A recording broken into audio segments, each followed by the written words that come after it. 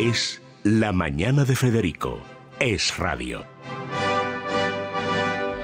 Bueno, vamos a hablar de Valencia. 2 días a la semana hacemos un espacio especial contando lo que pasa y desgraciadamente lo que no pasa.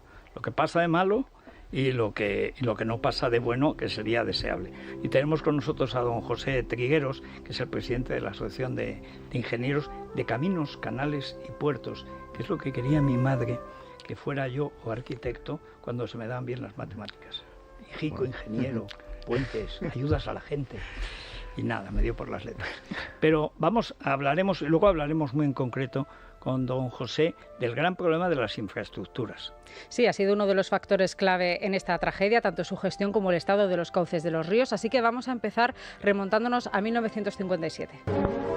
El Turia se desborda a consecuencia de las lluvias torrenciales y sus aguas anegan la hermosa y feraz cuenca de Valencia. Así contaba el nodo, el desbordamiento del Turia, que causó 81 muertos, y tras esta catástrofe el régimen decide ensanchar y desviar el cauce del río hacia el sur de la ciudad, lo que en esta ocasión ha evitado que la tragedia fuera mayor. Sin embargo, en otros puntos el desbordamiento fue incontrolable por varios factores que van más allá de la catástrofe natural. Para tratar de explicarlo me ha ayudado de varios expertos. Uno de ellos es Rafael Mesa. Él es geógrafo y doctor por la Universidad de Valencia, y por simplificarlo, él explica muy bien que los ríos tienen dos partes. Una es el cauce y lo que se conoce como llanura de inundación, que es la zona que sirve precisamente para recoger esos desbordamientos. Lo que ocurre es que casi nunca la vemos llena de agua, ¿no? Y entonces pues empezamos a construir, a modificar el territorio, poner carreteras, y cuando hay una crecida de este tipo pues nos sorprende. Vaya, ¿qué ha pasado? No es que se haya desbordado, el río está cogiendo su espacio natural. Y esto es lo que vimos precisamente en el Barranco del Pollo, donde el cauce se había reducido a un río que la mayor parte del año hay que recordar que bajaba seco y que el día de la riada tuvo que recoger más de 2.200 metros cúbicos por segundo a su paso por Ribarroja. A su alrededor se habían construido, lo recordamos, polígonos industriales, urbanizaciones. Bueno, a esto hay que sumar que en los últimos años el Pacto Verde Europeo alimenta una corriente ecologista que apuesta por reforestar y porque la vegetación de los ríos actúe como presa natural. La zona del Parque Natural del Turia se reforestó con muchísimas especies que no son de ribera, y entre ellas los pinos. Los pinos pues han estado creciendo una barbaridad porque están relativamente cerca del agua, de una zona húmeda, pero han estado creciendo sobre sedimentos fluviales, sedimentos arenosos, ¿no? Lo que ocurre es que cuando hay un evento de este tipo, la fuerza del agua tiene muchísima potencia, muchísima velocidad y va erosionando rápidamente hasta dejar las raíces desnudas y arrastra los árboles. Y esto hay que sumarle la caña invasora que copa los cauces, que agravó más aún la situación y que sigue agravándola, por cierto, en las playas, donde continúan llegando los restos de toda esa vegetación que va devolviendo al mar. Bueno, de reforestación sabe mucho Nil Calvet, porque él tiene precisamente una empresa que se dedica a la gestión forestal regenerativa. Yo soy muy ecologista, y el ecologismo que ahora se dice como oficial no tiene nada que ver, ¿no? Entonces es una utopía realmente que los árboles te puedan hacer de presa, y las cañas y todo eso te van a ser un obstáculo, y es un volumen que tienes dentro del río que ese volumen no lo puede ocupar el agua. Se está apoyando lo que se llaman presas naturales, mientras se destruyen las presas que ya existen. El plan hidrológico recogía, por ejemplo, la construcción de una presa en Cheste, proyectada precisamente en la Rambla del Pollo, que nunca se ejecutó. Y si hablamos de presas, en esta tragedia ha jugado un papel muy importante la presa de Forata. Todos recordaréis seguro aquella demanda que hacía el alcalde de Algemesí. Aquí nadie nos avisó de que se iba a liberar agua del pantano de Forata y que iban a incrementar los caudales. Y quiero dejarlo claro. Él explicaba que Algemesí es precisamente una ciudad llana que se suele inundar con los desbordamientos. Saben actuar ante esto. Aquel día lo hicieron en base a la única alerta que tenían, que era la de fuertes lluvias, porque nadie les avisó de que esa presa se iba a abrir. Cuando en el Congreso se pidieron explicaciones, Teresa Rivera señaló a la Confederación Hidrográfica y esta a su vez dice que el aviso lo tenía que dar la Generalidad. El caso es que no solo fue la de Forata. En la web de la Confederación Hidrográfica se puede ver que ese día se abrieron sin emitir aviso hasta 7 presas más. Pilar Esquilas es abogada especialista en Derecho de Aguas. Se reconoce que se dio la orden de abrir las compuertas aunque se diga de Forata, tenemos constancia de que se abrieron Benajever, Loriguilla, Buseo, Forata, Contreras y Tous. Todas esas presas estuvieron desaguando cuando precisamente tenían que haber retenido el agua, y además, lo más grave, no se avisó a la población.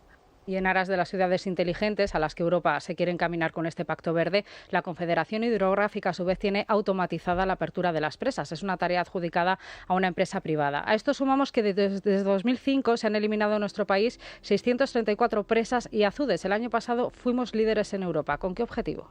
Si tú destruyes esas presas, esos azudes, esas infraestructuras de agua, ese agua que estaba contabilizada dentro del Plan Hidrológico Nacional y también en los planes hidrológicos de Cuenca, se liberan y a través de planificación se están entregando a las infraestructuras que se están creando, como son las plantas de hidrógeno, centros de datos, termosolares, plantas fotovoltaicas y plantas que hay, por ejemplo, de aerogeneradores.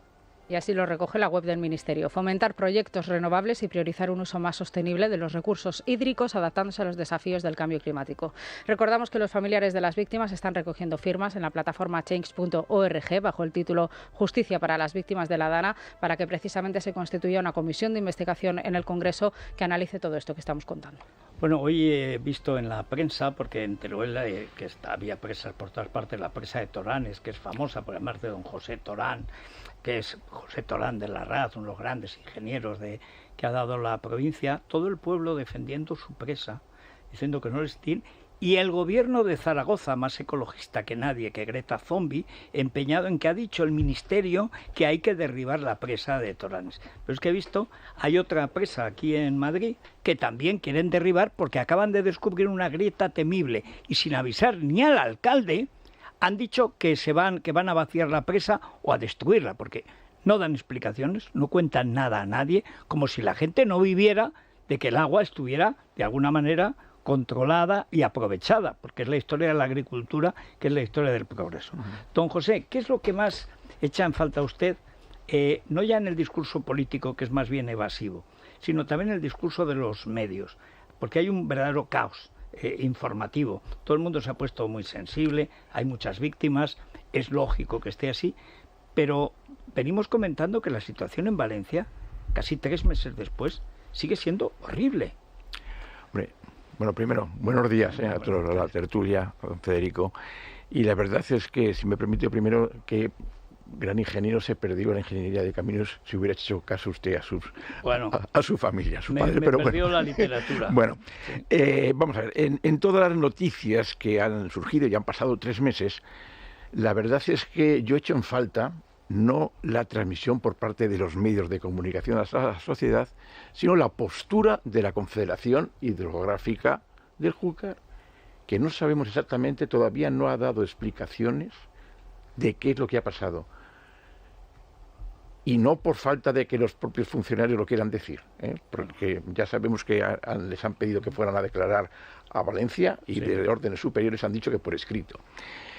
Pero es que me consta que los funcionarios de la Confederación y de la Dirección General están trabajando tarde, día y noche, incluso haciendo nuevos proyectos para que esto no vuelva a pasar. Pero vamos a retrotraernos hacia atrás. ¿Y por qué ha sucedido esto? Porque desde hacía más de 20 años estaban previstos, como hemos visto en el Plan Hidrológico Nacional, la presa de Cheste, el encauzamiento del barranco, y no se ha hecho, no porque no hubiera esos proyectos, que incluso tenían declaración de impacto ambiental. Es que tenían hasta la financiación. Exactamente. Y entonces no se han hecho, pues ¿por qué? Y si me permite, siempre digo lo mismo, pero es que es la realidad. La gobernanza del agua, los que dirigen el agua, han dejado de ser los profesionales que conocen la materia de la que dirigen. Mire, desde que se creó el Ministerio de Medio Ambiente, Transición Ecológica, los distintos nombres que ha tenido, no ha habido ningún secretario de Estado que fuera ingeniero de caminos. Que yo diría que no había sido médico si en medicina se estudiara la planificación hidrológica, pero es que afortunadamente o desafortunadamente la sociedad ha querido que los ingenieros de caminos sean los que conocen la planificación hidrológica. Pues no ha habido. Es que vamos más allá.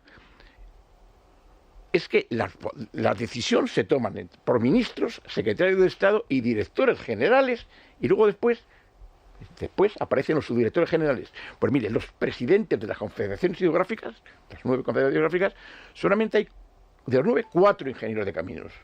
Los 5 no son ingenieros de caminos con categoría de subdirección general. O sea que digamos que los ingenieros de caminos, los que planifican, los que conocen cómo funciona el tema del agua, pues aunque levante la voz, no llega al decisor. Y ese es el mayor problema. Y yo creo que esto es lo que los medios de comunicación, bajo mi punto de vista, deberían incidir en decir que cada uno haga lo que sabe hacer. Seguro que no me dejarían a mí operar a una persona de corazón. Bueno, pues es que pues tenemos maestros que son directores de Confederación Hidrográfica, que me parece muy bien que sean maestros, pero que se dediquen a dar clases. Claro. O abogados, que es también fenomenal que el abogado, pero pues bueno, pues mire, el Poder Judicial está muy necesitado de brillantes abogados, y yo creo que esa es lo que me decía, ¿qué es lo que echa en falta? Pues yo echo en falta el apoyo decidido de este tema. Hablaba de la presa de Teruel, de los Tolanes. Sí. La Asociación de Ingenieros de Caminos hemos estado allí presentes en el territorio. Sí.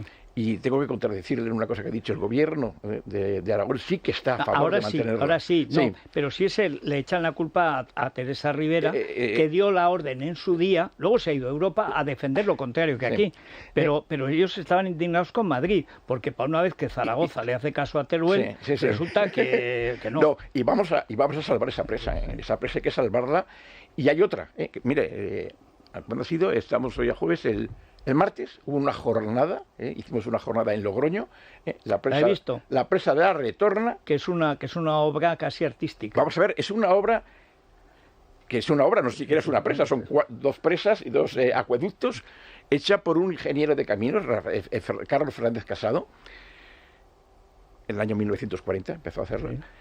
Pues esta presa, no sé cómo explicarlo, es que Fernández Casado sería la ingeniería como Gaudí en la arquitectura, pero es que es una joya, es que se hizo casi de una forma artesanal, no tenía, y quieren tirarla, es que es una aberración, en cualquier país de Europa la tendrían puesto casi, como visita obligada a los estudiantes de ingeniería, pero puede ser, volvemos a lo de siempre, ¿quién toma la decisión y por qué razones se toma la decisión?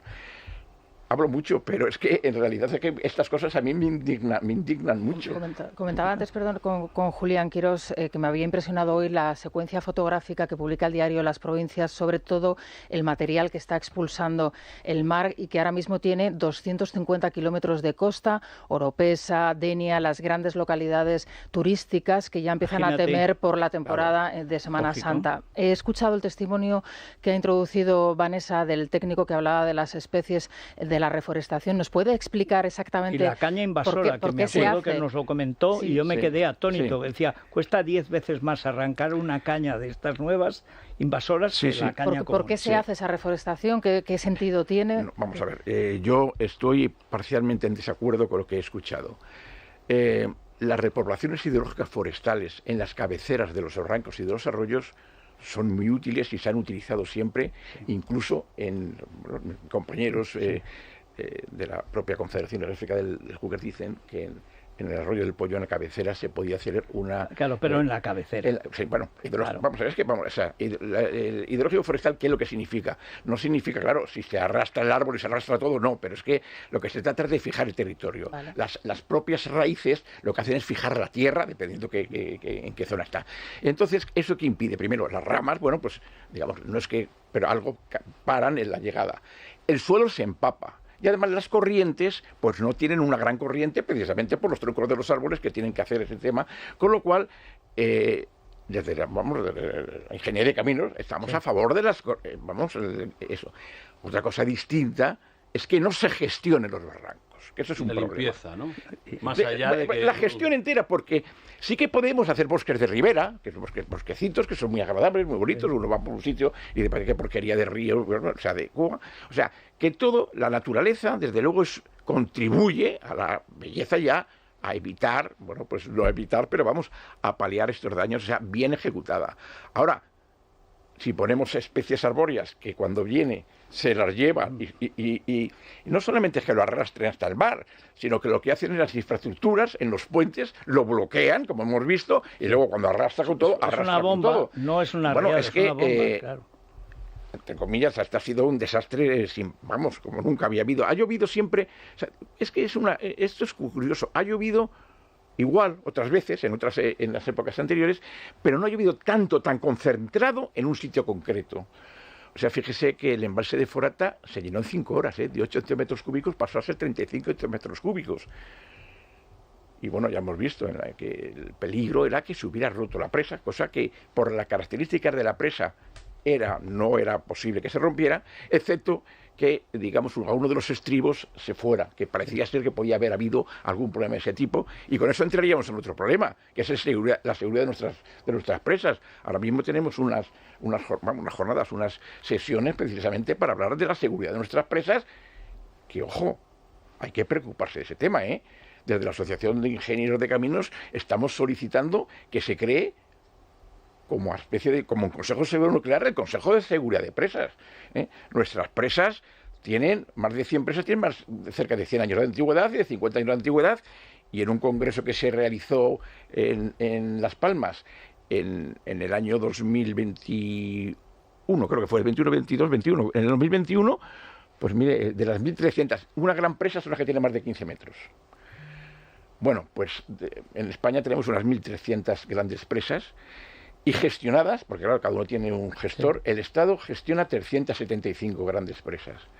Pues en ese congreso, la propia administración, no los altos, los técnicos de la administración, dijeron que el 75% necesita estudios complementarios de seguridad, el 65% una auscultación complementaria, el 30% refuerzos estructurales, el 25% reformas o adaptación a las avenidas nuevas, porque hay que cambiar los diseños. El micrófono, que se me pierde tantos vale, y el 50% rehabilitar o recuperar los desagües de fondo. O sea que hay que invertir tiempo, dinero y gente. Y un organismo que lo pueda controlar, porque la gobernanza del agua ahora mismo en España la tenemos muy destecnificada.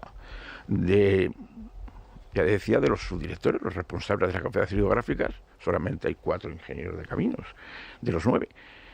Pero es que en la propia Dirección General del Agua, que hay un director y 4 subdirectores, solamente hay 2 ingenieros de caminos. El director, en este caso directora, no es ingeniera. Suspendió las oposiciones. No es ingeniera, no es ingeniera de caminos. Entonces, en las confederaciones, y por supuesto en el Ministerio de las Confederaciones, mandan ahora, como siempre han mandado, digamos, los criterios técnicos de gestión del agua, los cauces y la ribera, o mandan los postulados, la ideología ecologista sin más, los principios ecologistas intocables.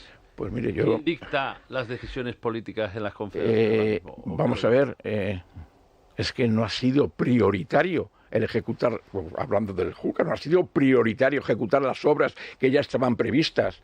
En algunos casos, porque se creó la ley de la huerta de Ximo Puig, que impedía que se canalizara el barranco del Pollo, se marchara hacia el Turia.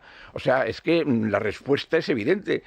Los planteamientos hidrológicos de obras están demonizados durante 20 años. Ahora nos acordamos. Pero es que cuando se rompió Tous, la pantana de Tous. Sí. Bueno, pues se hicieron 3 presas de laminación de avenidas. O sea que aquí vamos a golpe de desgracias.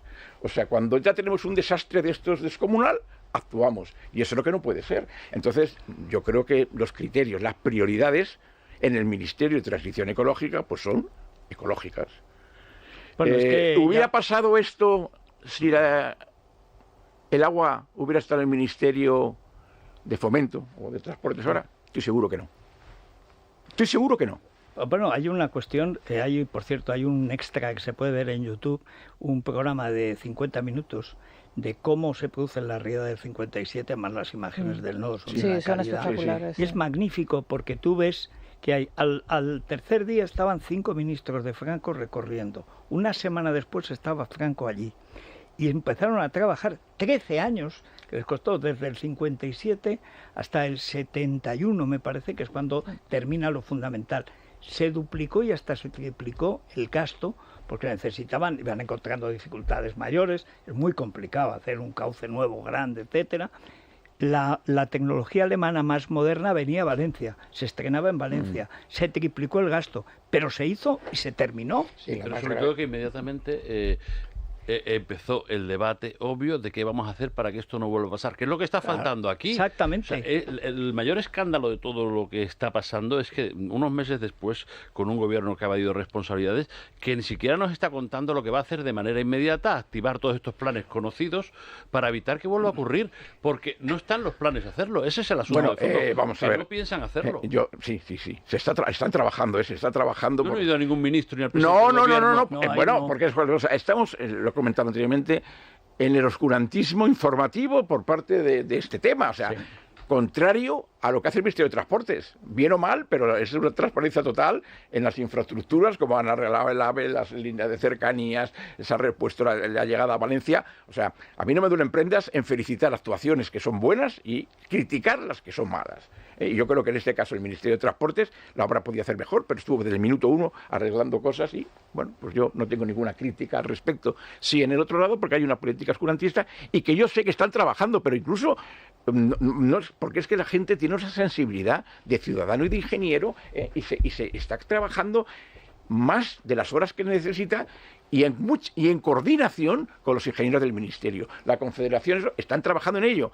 Bueno, el día que tenga los proyectos y que tenga la decisión, yo me imagino que ese día saldrá alguien a ponerse una medalla y se olvidará de lo que están trabajando. Yo no quiero ser tan optimista como usted. El problema, usted defiende mucho la parte profesional porque es usted ingeniero de caminos, pero aquí el gran debate de fondo es que la ideología, lo decía Julián, preponderante en este momento, es contraria a la intervención humana.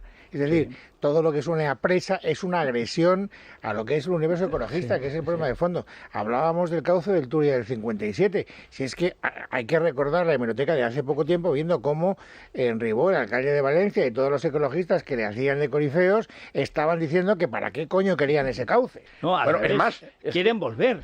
Pero es que el del Júcar, que está escondido, ha pasado la clandestinidad, es uno de los primeros que defiende que hay que volver al cauce natural, como si hubiera nacido el Turia allí. Yo, en alguna pregunta que me han hecho, me decían que qué pena las obras que no se han hecho. Y digo, y qué suerte que no se ha hecho la que llevaba Compromís en su programa electoral, que era quitar el cauce nuevo y volver al cauce antiguo. O sea, que menos mal que no hicieron eso, porque se hubiera inundado Valencia totalmente. O sea que, no, yo no defiendo, como dice, defiendo a los ingenieros, pero efectivamente acabo de caer contestado de que la prioridad en el Ministerio de Transición Ecológica pues es el ecologismo.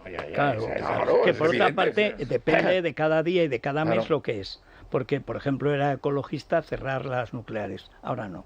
Era ecologista cerrar el carbón, ha abierto todas las minas de carbón a Alemania. China gasta todo el carbón imaginable y mucho más. La economía europea es el 9%.